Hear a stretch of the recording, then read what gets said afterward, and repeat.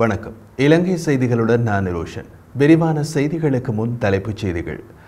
2 மாகாணங்களுக்கான புதிய ஆளுநர்களாக லக்ஷ்மன் யாபா அபிவர்த்தன, நசீர் அகமட் பதவி பிரமாணம். மாவீரர் துயிலுமில்ல காணியினை இராணுவத்தினருக்கு சுவீகரித்து வழங்க எடுத்த முயற்சி அந்த பகுதி மக்களாலும் அரசியல் கட்சிகளின் பிரதிநிதிகளாலும் முறியடிப்பு. காணிகள் ஆக்கிரமிக்கப்பட்டு மொழிக்கான உரிமை மறுக்கப்படும் அடிமைத்தனத்திலிருந்து விடுபட வேண்டிய நிலையில் உள்ளோம் என்று மாவி சேனாதிராஜா தெரிவிப்பு. ஸ்ரீலங்கா சுதந்திர கட்சியின் ஜனாதிபதி வேட்பாளராக முன்னிறுத்தப்படும் விஜயதாஸ் ராஜபக்ச இலங்கையை மீட்டெடுக்கும் வேலை திட்டத்தை ஆரம்பிக்க உள்ளதாக கருத்து. இனி விரிவான செய்திகள். தென் மற்றும் வடமேல் மாகாணங்களுக்கான புதிய ஆளுநர்கள் இன்று நியமிக்கப்பட்டுள்ளனர். அதன்படி தென் மாகாண ஆளுநராக முன்னாள் நாடாளுமன்ற உறுப்பினர் லக்ஷ்மன் யாபா அபிவர்த்தன நியமிக்கப்பட்டுள்ளார். அத்துடன் வடமேல் மாகாணத்தின் புதிய ஆளுநராக கிழக்கு மாகாணத்தின் முன்னாள் முதலமைச்சர் நசீர் அகமட் நியமிக்கப்பட்டுள்ளார். இந்த நிலையில் இருவரும் ஜனாதிபதி ரணில் விக்ரமசிங்க முன்னிலையில் பதவி பிரமாணம் செய்து கொண்டுள்ளதாக ஜனாதிபதி ஊடக பிரிவு தெரிவித்துள்ளது. முன்னதாக ஏப்ரல் மாத இறுதியில் ஆளுநர் மாற்றம் இடம்பெறலாம் என்றும் தகவல்கள் வெளியாகியிருந்தன. இதற்கமைய வடமேல் மாகாணத்தை பிரதிநிதித்துவப்படுத்தும் லக்ஷ்மன் யாபா அபிவர்த்தனவை தென் மாகாண ஆளுநராக நியமிக்க தீர்மானிக்கப்பட்டதாக தெரிவிக்கப்பட்டது. இதற்கமைய வடமேல் மாகாணத்தை பிரதிநிதித்துவப்படுத்தும் லக்ஷ்மன் யாபா அபிவர்த்தனவை தென் மாகாண ஆளுநராக நியமிக்க தீர்மானிக்கப்பட்டுள்ளதாகவும் தெரிவிக்கப்பட்டது. அதேபோன்று தென் மாகாண ஆளுநராக லக்ஷ்மன் யாபா அபிவர்த்தன நியமிக்கப்பட்டதன் பின்னர் ஏற்படும் வெற்றிடத்திற்கு கிழக்கு மாகாண முன்னாள் முதலமைச்சர் நசீர் அகமட் நியமிக்கப்படலாம் எனவும் ஊகம் வெளியாகியிருந்தது. யாழ்ப்பாணம் புங்குடுதீவு அரசினர் வைத்தியசாலையை அண்டிய கடற்கரை பகுதியில் மனித எலும்புக்கூட்டு எச்சங்கள் மீட்கப்பட்டுள்ள நிலையில் இன்றைய தினம் அகழ்வு பணிகள் ஆரம்பிக்கப்பட்டுள்ளன. ஊர்காவத்துறை நீதவான் நீதிமன்ற நீதவான் நளினி சுபாகரன், சட்ட வைத்திய அதிகாரி பிரணவன் உள்ளிட்ட துறைசார் அதிகாரிகளின் முன்னிலையில் அகழ்வு பணிகள் முன்னெடுக்கப்பட்டது. புங்குடுதீவு 10ஆம் வட்டாரத்தில் அரசினர் வைத்தியசாலையை அண்மித்துள்ள பகுதியில் தென்பெருந்துறை சதானந்த சிவன் ஆலயத்தின் புனரமைப்பு பணிகள் முன்னெடுக்கப்பட்டு வரும் நிலையில் ஆலய சூழலில் கிடங்கொன்று வெட்டிய போது மனித எலும்புக்கூட்டு எச்சங்கள் அண்மையில் வெளிவந்தன.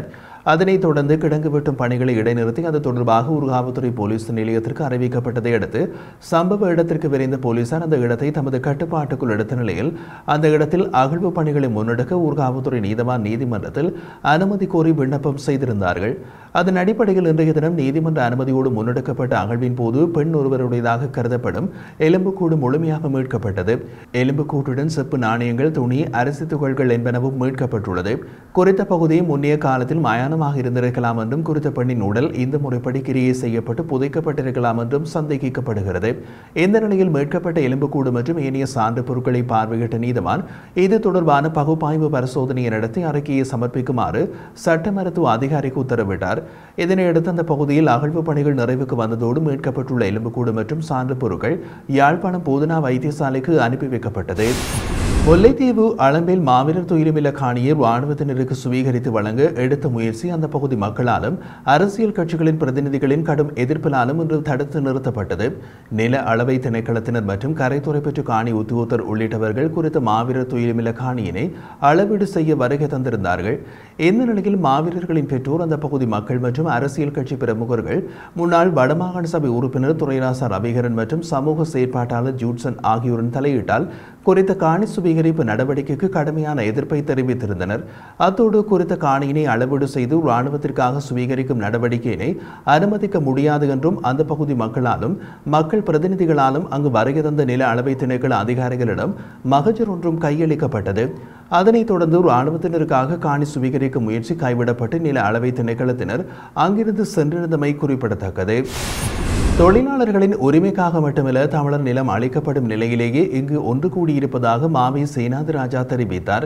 கிளிநொச்சியில் நேற்றைய தினம் இடம்பெற்ற தேசிய மேதின நிகழ்வில் கலந்து கொண்டு உரையாற்றும் போது அவர் இதனை கூறியுள்ளார். அவர் மேலும் குறிப்பிடுகையில், காணிகள் ஆக்கிரமிக்கப்பட்டும் மதம் அளிக்கப்பட்டும் நிலையில் மொழிக்கான உரிமை மறுக்கப்பட்டு அடிமைத்தனத்திலிருந்து விடுபட வேண்டிய நிலையில் உள்ளோம்.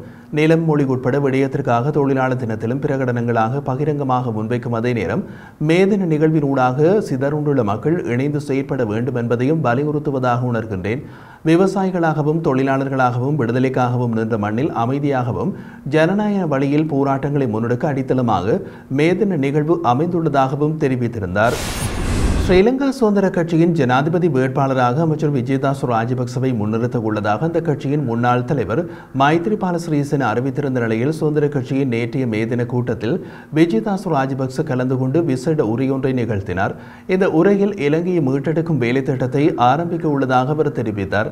சுதந்திர கட்சி இரு பிரிவுகளாக பிளவுபட்டு அதிகார போட்டியில் சிக்கியுள்ளது. நீதிமன்ற தீர்ப்பால் மைத்ரிபால சிறிசேன தலைவராக செயல்பட முடியாத சூழல் ஏற்பட்டது. இதனால் அமைச்சர் விஜயதாஸ் ராஜபக்சவை சுதந்திர கட்சியின் பதில் தலைவராக மைத்திரி தரப்பு நியமித்திருந்தது.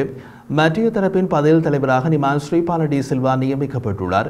இந்த நிலையில் கம்பகா மாநகர சபை மைதானத்தில் மைத்திரி தரப்பு நேற்றைய தினம் மேதின கூட்டத்தை நடாத்தியது.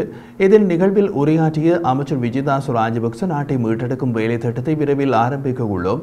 சுதந்திர கட்சி அரசாங்கத்தை அமைக்கவும் நாங்கள் தயாராக உள்ளோம். மைத்திரிபால சிறிசேன ஆட்சிக்கு வந்து 45 நாட்களிலேயே நிறைவேற்று அதிகாரம் கொண்ட ஜனாதிபதிக்கு வழங்கப்பட்டு பாரிய அதிகாரங்களை குறைக்க நடவடிக்கை எடுத்தவர் என்று தெரிவித்தார். மைத்திரிபால சிறிசேன உரையாற்றும் போது ஊழலை முடிவுக்கு கொண்டு வருவதை இலக்காக கொண்ட கொள்கைகளை நாம் முன்வைக்க உள்ளோம். வீடுகளில் இருப்பதைப் போலவே ஒட்டுமொத்த தேசத்திலும் ஒரு நெருக்கடி உள்ளது. இந்த நெருக்கடிகளை தீர்க்க ஊழல் இல்லாத அரசாங்கத்தை நாம் உருவாக்க வேண்டும். தேசத்தை யாரிடம் ஒப்படைக்க வேண்டும், யாரை கைவிட வேண்டும் என்பதை மக்கள் ஏற்கனவே முடிவு செய்து விட்டார்கள் என்றார். இலங்கையில் மேதின நிகழ்வுகளோடு ஜனாதிபதி தேர்தலுக்கான பிரச்சாரங்கள் தொடங்கிவிட்டன. வழமையான மேதினம் போன்று அல்லாமல் இம்முறை மேதின நிகழ்வுகள் இருந்தது. அனைத்து கட்சிகளினதும் மேடைகளில் ஜனாதிபதி தேர்தல் மற்றும் வேட்பாளர்கள் தொடர்பிலான கருத்துக்கள் பகிரப்பட்டது. ஜேவிபியின் அரசியல் கூட்டணியான தேசிய மக்கள் சக்தி கொழும்பு, மாத்தறை, அனுராதபுரம், யாழ்ப்பாணம் உள்ளிட்ட 4 மாவட்டங்களை மையப்படுத்தி மேதின நிகழ்வுகளை நடத்தியிருந்தது. மேதினத்திற்கு பின்னரான சில கருத்து கணிப்புகளின் பிரகாரம் தேசிய மக்கள் சக்தியின் மேதின நிகழ்வுகளில் அதிகளவான மக்கள் கலந்து கொண்டுள்ளதாகவும் தகவல்கள் வெளியாகியுள்ளன. கொழும்பு மேதின நிகழ்வில் உரையாற்றிய தேசிய மக்கள் சக்தியின் தலைவர் அனுருகுமார திசாநாயக்க 3 வீதமாக இருந்த தேசிய மக்கள் சக்தியின் வாக்கு வீதம் 51% மாறியமை அதிசயம் என்று சிலர் கூறுகின்றார்கள். ஆனால் அது அதிசயமோ மாயமோ அல்ல. மக்கள் யதார்த்தத்தை உணர்ந்துள்ளனர். இந்த நாட்டின் வரலாற்றில் மிகவும் வலுவான மக்கள் இயக்கம் தேசிய மக்கள் சக்தி தான். அடுத்த ஆண்டு மேதின பேரணி தேசிய மக்கள் சக்தியின் அரசாங்கத்தின் கீழே நடத்தப்படும். சட்டம் ஒழுங்குடன் கூடிய சமுதாயத்தை கட்டியெழுப்புவது அனைவரது பொறுப்பாகும் என்றார். கொழும்பு மாளிகாவத்தில் இடம்பெற்ற ஐக்கிய தேசிய கட்சியின் மேதின நிகழ்வில் உரையாற்றிய ஜனாதிபதி ரணில் விக்ரமசிங்க 2022ஆம் ஆண்டு இருந்த நிலைக்கு மீண்டும் நாட்டை கொண்டு செல்ல வேண்டுமா அல்லது முன்னோக்கி செல்ல வேண்டுமா என்பதை மக்கள் தீர்மானிக்க வேண்டும் என்று சுட்டிக்காட்டினார். ஐக்கிய மக்கள் சக்தி மற்றும் பொதுஜன பெரமுனவும் கொழும்பை மையமாக கொண்டு தமது மேதின நிகழ்வுகளை நடத்தின. இந்த அனைத்து கூட்டங்களிலும் ஜனாதிபதி வேட்பாளர் மற்றும் தேர்தல் குறித்தே பேச்சாளர்களும் கருத்துக்களை வெளியிட்டார்கள். இதற்கு ஒருபடி மேல் சென்ற ஸ்ரீலங்கா சுதந்திர கட்சி அந்த கட்சியின் ஜனாதிபதி வேட்பாளராக போட்டியிட உள்ளதாக அறிவிக்கப்பட்டுள்ள விஜயதாஸ் ராஜபக்சவை மேடையேற்றி அவரது கொள்கைகளை அறிவிக்கவும் வழிவகை செய்திருந்தது. இவ்வாறு அரசியல் கட்சிகள் தேர்தலுக்கு தயாராகி வரும் பின்புலத்தில் ஜனாதிபதி தேர்தலுக்கான திகதி குறித்து தேர்தல்கள் ஆணைக்குழு பரிசீலித்து வருகிறது. செப்டம்பர் 28 அல்லது நவம்பர் 5ஆம் திகதிகளில் தற்போது பரிசீலனை மட்டத்தில் உள்ளன. இந்த 2 திகதிகளில் தேர்தலை நடத்த வேண்டுமானால் எதிர்வரும் ஜூலை மாத இறுதிக்குள் முதல்கட்ட அறிவிப்புகளை தேர்தல் ஆணைக்குழு வெளியிட வேண்டும். தேர்தலுக்கான தயார்படுத்தலின் ஒரு கட்டம்தான் அவசரமாக ஆளுநர் பதவிகளில் ஜனாதிபதி மாற்றங்களை மேற்கொண்டுள்ளதாகவும் தெரிய வருகிறது.